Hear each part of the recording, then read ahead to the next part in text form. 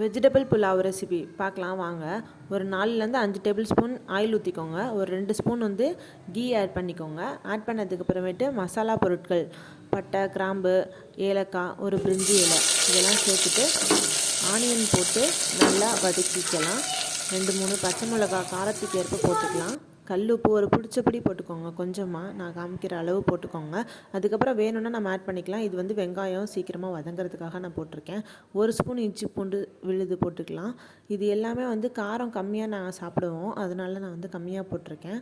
இதுவே கரெக்டான காரமாக இருக்கும். இந்த இஞ்சி பூண்டு விழுது பச்சை வாசனை போகிற அளவுக்கு நல்லா வதக்கிக்கலாம்.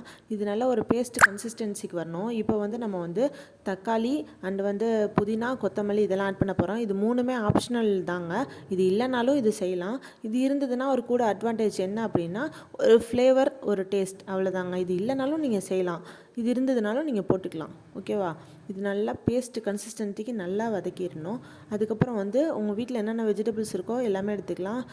ப்ரிஃபரபிள் பீன்ஸு, பட்டாணி, கேரட், உருளைக்கிழங்கு, காலிஃப்ளவர் இதெல்லாம் கொஞ்சம் கொஞ்சம் எடுத்திருக்கேன். கொஞ்சம் கொஞ்சம் எடுத்தாலே நிறையா வந்துடும் இல்லையா? அதை நல்லா வாஷ் பண்ணிவிட்டு காலிஃப்ளவர் தனியாக ஒரு 2 நிமிஷம் சுடு தண்ணியில் போட்டு ஒரு 5 மினிட்ஸ் அதை சோக் பண்ண விட்டுட்டு அதுக்கப்புறம் நீங்கள் வடிகட்டி தனியாக எடுத்துக்கோங்க.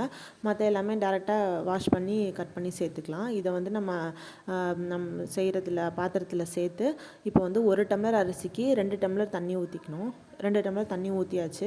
ஊற்றிட்டு நல்லா கொதிக்கணும். இப்போ நம்ம ½ அன் ஹவருக்கு முன்னாடியே சாப்பாட்டு அரிசி தான் நான் ஊற போட்டிருக்கேன். அதை எடுத்து நம்ம இதில் சேர்த்துக்கலாம். சேர்த்ததுக்கப்புறமேட்டு இது நல்லா அதுக்கப்புறமேட்டு ஒரு கொதி வரணும். அதுக்கப்புறம் நம்ம டேஸ்ட்டு பார்த்துக்கலாம். டேஸ்ட்டு பார்த்து உப்பு காரம் எல்லாம் கரெக்டாக இருக்கான்னு பார்த்துட்டு நம்ம அதுக்கேற்ற மாதிரி போட்டுக்கலாம். போட்டதுக்கப்புறமேட்டு நல்லா மிக்ஸ் பண்ணி கிளறி விட்டுட்டு குக்கர் மூடியை போட்டு மூடி வச்சுட்டு 3 விசில் விட்டு நீங்கள் எடுத்திங்கன்னா சூப்பரான ஒரு வெஜிடபிள் புலாவ் ரெடி. நீங்களும் கண்டிப்பாக நான் சொன்னதெல்லாம் கரெக்டான மெஷர்மெண்ட்டுங்க. நீங்கள் இது பண்ணிங்கன்னா உதிரியாக நல்லா வெஜிடபிள் புலாவ் சூப்பராக வருங்க.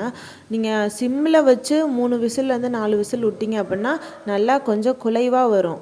இது கொஞ்சம் சாதம் சாப்பிட்ற அளவுக்கு இருக்கும். சில பேருக்கு குலைவாக இருக்கணும்னு ஆசைப்படுறவங்களுக்கு ஒரு விசில் எக்ஸ்ட்ரா விட்டிங்கன்னா குலைவாக இருக்கும். தண்ணியெல்லாம் கரெக்டாக இருக்குங்க. வாங்க சாப்பிட்லாம். தேங்க்யூ ஃபார் வாட்சிங். Subscribe to my channel.